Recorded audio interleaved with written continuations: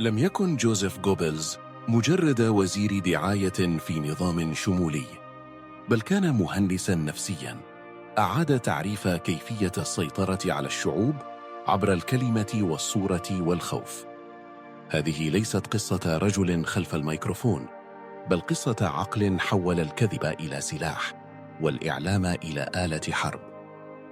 ولد الرجل الذي سيعرف لاحقاً في كتب التاريخ باسم بول جوزيف جوبلز في بلدة رايت بغرب ألمانيا في 29 من أكتوبر عام 1897 داخل أسرة متواضعة لم تكن ثرية ولا ذات مكانة اجتماعية بارزة. كان والده فريتز جوبلز يعمل في مصنع محلي لإنتاج الفتائل، وتدرج ببطء من عامل عادي إلى وظيفة مراقب. أما والدته كاترينا ماريا فكانت ابنة حداد من أصول هولندية، وقد ظل جوزيف مرتبطاً بها عاطفياً ارتباطاً عميقاً طوال حياته. نشأ جوبلز في بيت كاثوليكي ملتزم، ورغم ذلك اضطر في مراحل لاحقة من حياته إلى نفي اتهامات متكررة بأن أصوله يهودية جزئياً. انتمت العائلة إلى الطبقة المتوسطة الدنيا، وكان شراء بيانو للمنزل عام 1909 حدثاً رمزياً يعكس طموح الأسرة في الارتقاء الاجتماعي. غير أن محدودية الدخل النقدي لدى والده جعلت طفولة جوزيف مشبعة بإحساس دائم بالسعي للخروج من وضعه المالي والاجتماعي المحدود. عانى جوبلز في سنواته الأولى من اعتلال صحي واضح، إذ أصيب بما يعرف بالقدم الحنفاء نتيجة التهاب في نخاع العظام، ما ترك ساقه قصيرة ومشوهة طوال حياته، إضافة إلى معاناته من مشكلات رئوية مزمنة.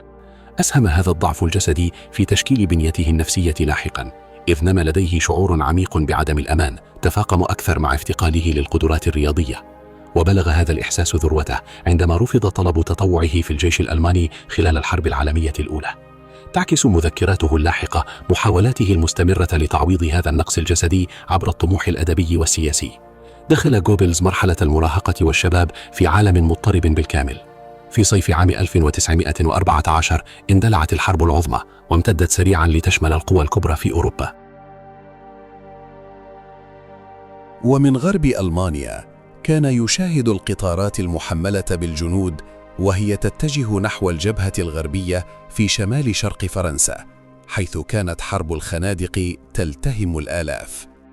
كان رفضه للخدمة العسكرية خلال تلك السنوات التكوينية تجربة قاسية تركت أثراً عميقاً داخله. ومع هزيمة ألمانيا في نوفمبر 1918 فرضت عليها معاهدة فيرساي المهينة، التي جردتها من أراضٍ واسعة وألزمتها بتعويضات مالية ضخمة لصالح فرنسا وبريطانيا. في أعقاب ذلك فكر جوبلز لفترة قصيرة في الانضمام إلى السلك الكهنوتي، إلا أن التزامه الديني بدأ يتلاشى تدريجياً. تنقل بين عدد من الجامعات قبل أن ينال أخيراً درجة الدكتوراه في فقه اللغة الألمانية من جامعة هايدلبرغ عام 1921 وهو في 24 من عمره. سعى جوبلز بعد ذلك إلى ترسيخ اسمه كصحفي وروائي وكاتب مسرحي، لكنه أخفق في جميع هذه المحاولات. وكما حدث مع أدولف هتلر الذي فشل في تحقيق حلمه كرسام، عاش جوبلز حالة إحباط عميقة نتيجة تعثره الفني والأدبي. وكحال كثير من الشباب الألمان المحبطين بعد الحرب، وجد نفسه منجذباً إلى حزب سياسي ناشئ في بافاريا بدأ يثير الجدل، وهو حزب العمال الألماني الاشتراكي الوطني المعروف اختصاراً بالحزب النازي. تأسس الحزب النازي في ميونخ عام 1920 بهدف إلغاء شروط معاهدة فيرساي والتوسع شرقاً، وكان بقيادة أدولف هتلر ويتبنى عداءً متطرفاً لليهود.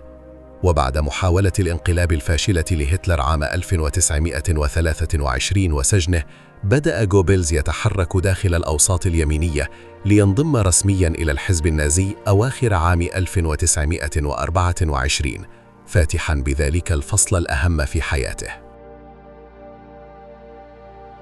نملك اليوم معرفة واسعة عن حياة جوبلز بفضل مذكراته الشخصية، فمنذ عام 1923 دون بشكل منتظم يوميات استمرت 22 عاماً حتى وفاته. تقدم هذه المذكرات نافذة نادرة على أفكار ومسيرة أحد أبرز قادة النظام النازي. في بدايته كان جوبلز تحت رعاية غريغور شتراسر، زعيم جناح يميل إلى الاشتراكية ومعاداة الرأسمالية داخل الحزب، لكن لقاءاته مع هتلر عام 1926 الذي أعجب بشدة بقدراته الخطابية حولته إلى تابع مخلص للزعيم النازي. ويعتقد أن نزعة جوبلز النرجسية وحاجته الدائمة للتقدير جعلته مهووسا بكسب رضا هتلر طوال العقدين التاليين. في أغسطس 1926 عين جوبلز قائدا إقليميا جاولايتر لبرلين، وهو المنصب الذي احتفر به حتى وفاته. وفي مدينة كانت معقلا لليسار والشيوعيين ابتكر جوبلز أساليب دعائية أصبحت لاحقا سمة نازية مميزة، مثل الملصقات الضخمة بالأحمر والأسود والصليب المعقوف والرسائل الاستفزازية. كما أسس صحيفة دير أنغريف، جمع بين الدعاية والعنف مستخدما ميليشيات الحزب SA في معارك الشوارع والهجمات داخل قاعات البيرة لإظهار القوة وفرض الهيمنة. جاء عام 1929 ليقلب المشهد مع انهيار سوق الأسهم الأمريكي وبداية الكساد الكبير. وبسبب ديون الحرب كانت ألمانيا من أكثر الدول تضررا، ومع فقدان الملايين وظائفهم ومدخراتهم ارتفعت شعبية الحزب النازي بشكل غير مسبوق. لعب جوبلز دورا محوريا وحاسما في الحملات الانتخابية للحزب النازي، إذ لم يكن مجرد منفذ لخطاب سياسي جاهز، بل العقل الذي أعاد صياغة الرسائل بما يتلائم مع حالة الغضب والإحباط التي كانت تعيشها الجماهير الألمانية.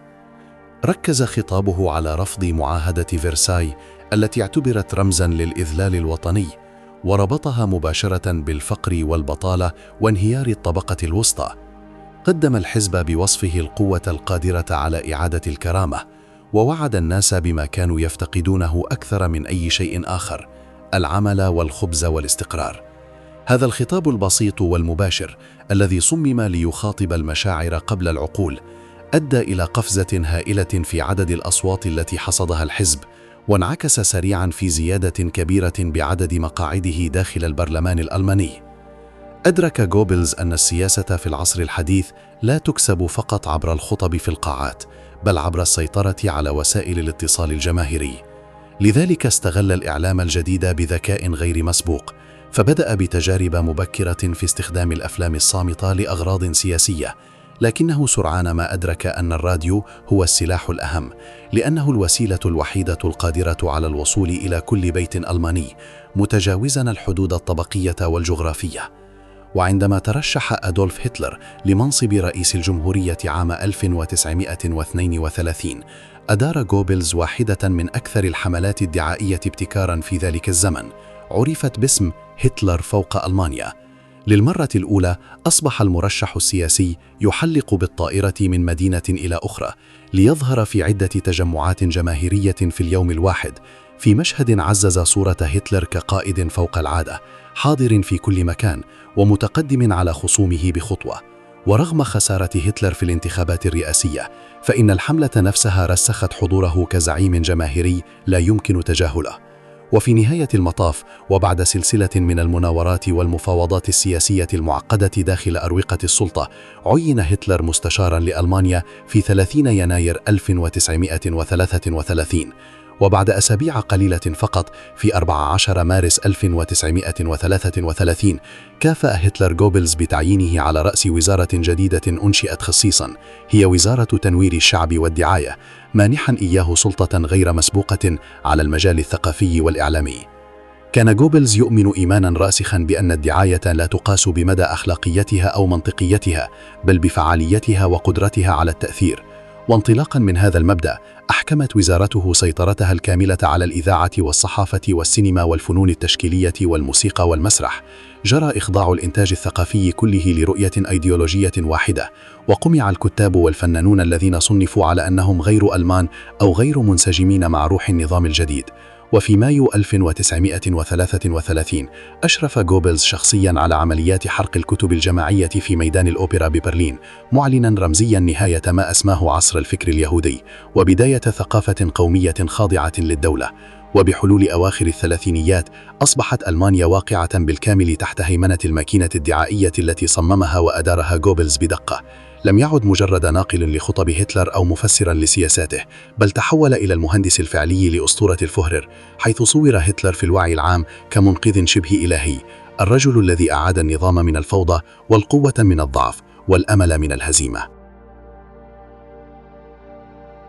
كان جوزيف جوبلز من أكثر قيادات النظام النازي تطرفاً وحدة في عدائه لليهود، ولم يكن هذا العداء مجرد التزام إيديولوجي عام، بل قناعة راسخة تشكلت لديه مبكراً وتحولت مع الوقت إلى مشروع سياسي وإعلامي متكامل.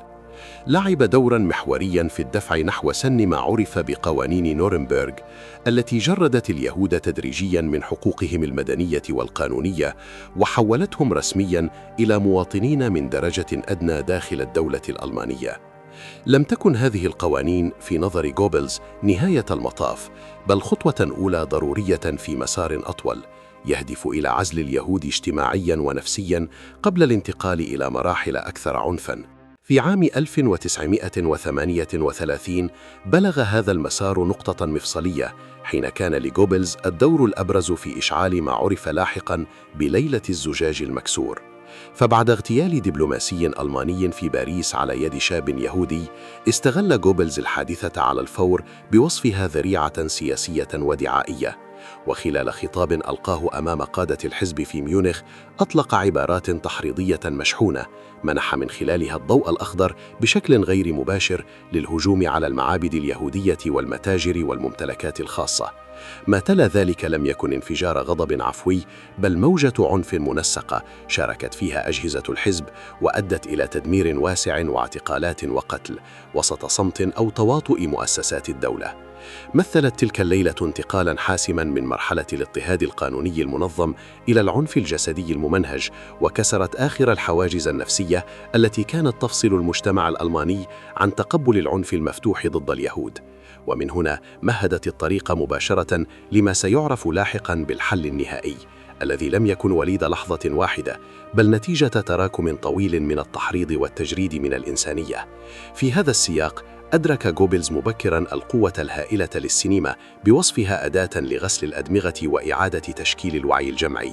لذلك أشرف شخصياً على إنتاج أفلام دعائية مثل اليهودي الأبدي واليهودي سوس، صممت بعناية لتصوير اليهود ككائنات طفيلية غريبة عن المجتمع وخطر وجودي يهدد نقاء العرق الألماني.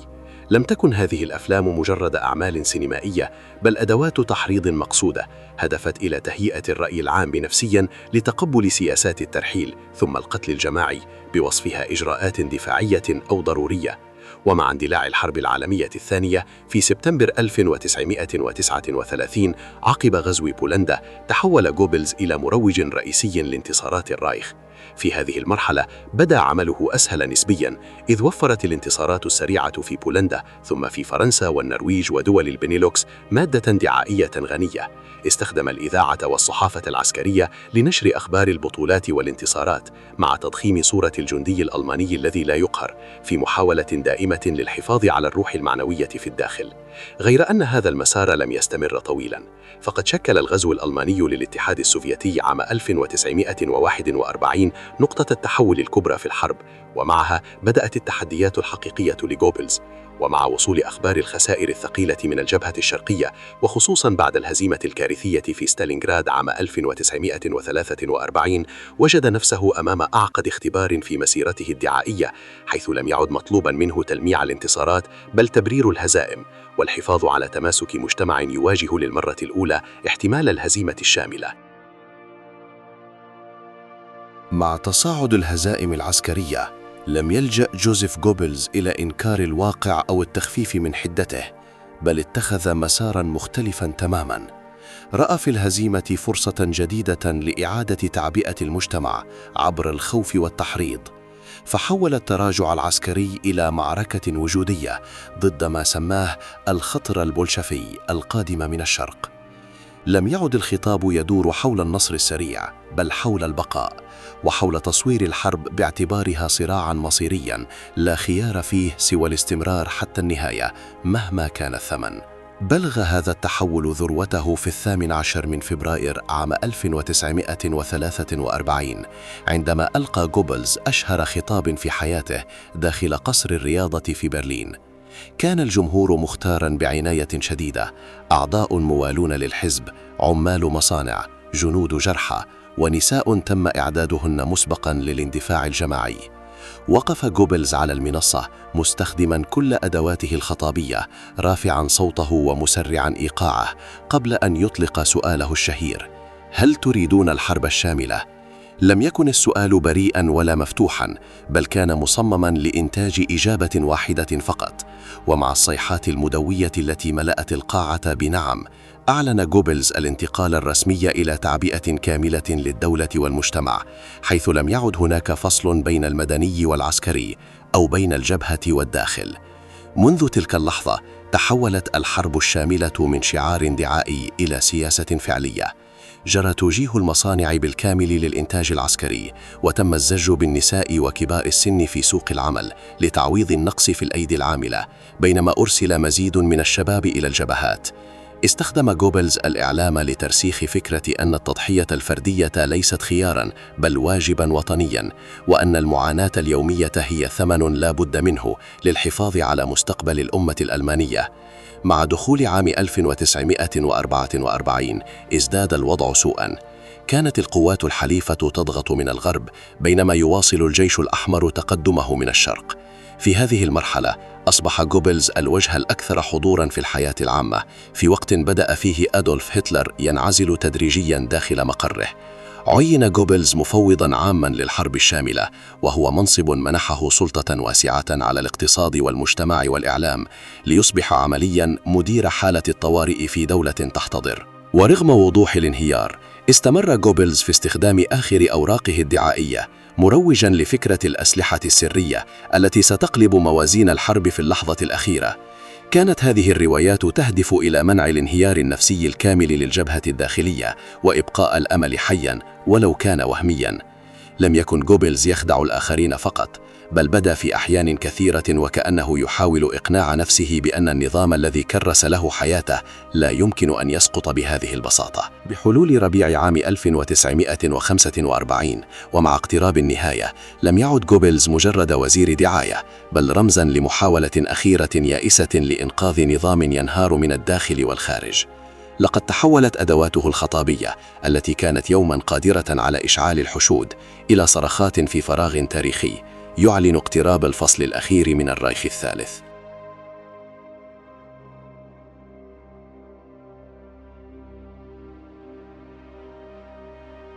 في ربيع عام 1945 كانت النهاية تقترب بسرعة. مع تقدم الجيش الأحمر إلى ضواحي برلين، لم يعد هناك مجال للأوهام أو المناورات الدعائية. المدينة التي صورت لسنوات كعاصمة الرايخ الأبدي أصبحت ساحة أنقاض تتساقط عليها القذائف بلا توقف. في تلك اللحظة اتخذ جوزيف جوبلز قراره الأخير: البقاء حتى النهاية. لم يكن ذلك بدافع الشجاعة بقدر ما كان انعكاساً لاقتناعه العميق بأن الهروب يعني الاعتراف بانهيار الفكرة التي عاش من أجلها. انتقل جوبلز مع زوجته ماغدا وأطفالهما الستة إلى قبو الفهرر، حيث كان أدولف هتلر يقضي أيامه الأخيرة معزولاً عن الواقع. داخل القبو لم يعد هناك خطاب جماهيري أو مسرح دعائي. كل ما تبقى هو دائرة ضيقة من القادة يتشاركون شعوراً بالهزيمة الحتمية. في تلك الأجواء الخانقة استمر جوبلز في لعب دوره الأخير كخادم مخلص للزعيم، رافضاً أي حديث عن الاستسلام أو الفرار. في وصيته السياسية الأخيرة عين هتلر جوبلز مستشاراً للرايخ، وهو منصب رمزي في دولة لم تعد موجودة فعلياً. وبعد انتحار هتلر في 30 أبريل 1945، وجد جوبلز نفسه للمرة الأولى بلا القائد الذي بنى هويته كلها حوله. حاول في لحظة متأخرة فتح قناة تفاوض مع السوفيت على أمل التوصل إلى هدنة، لكن الرد كان حاسماً: استسلام غير مشروط أو لا شيء. عند هذه النقطة انهارت آخر محاولات المناورة. واجه جوبلز الخيار الذي طالما دعا الآخرين إليه دون أن يختبره بنفسه: النهاية الكاملة. وبدلاً من قبول الاستسلام، قرر تنفيذ خاتمة تتوافق مع المنطق الإيديولوجي الذي آمن به حتى اللحظة الأخيرة. في مساء الأول من مايو 1945 قامت ماجدا جوبلز بمساعدة طبيب بتخدير أطفالها الستة، ثم قتلهم باستخدام كبسولات السيانيد وهم نيام. كان هذا الفعل تعبيراً مأساوياً عن إيمانها وإيمان زوجها بأن أبنائهم لا ينبغي أن يعيشوا في عالم بلا نازية. بعد ذلك خرج جوزيف وماجدا إلى حديقة المستشارية حيث أنهيا حياتهما، ووفقاً للأوامر جرى حرق جثتيهما على يد عناصر من قوات النخبة في محاولة أخيرة لمنع سقوطهما في يد السوفيت، تماماً كما فعل بجثة هتلر. كانت تلك النهاية انعكاساً دقيقاً لمسيرة كاملة: هروب من الواقع وتمسك بالرمز ورفض للاعتراف بالهزيمة. انتهت حياة جوزيف جوبلز، لكن تأثيره لم ينتهي بموته، فقد ترك وراءه إرثاً بالغ الخطورة في مجال الدعائية السياسية، قائماً على التلاعب بالعواطف وتشويه الحقيقة وتحويل الإعلام إلى سلاح للسيطرة على المجتمعات. لا يدرس جوبلز اليوم بوصفه مجرد شخصية تاريخية، بل كنموذج لتحذير دائم من الكيفية التي يمكن بها للكلمة والصورة إذا وضعت في الأيدي الخطأ أن تمهد الطريق لأكثر الكوارث الإنسانية ظلاماً في التاريخ الحديث.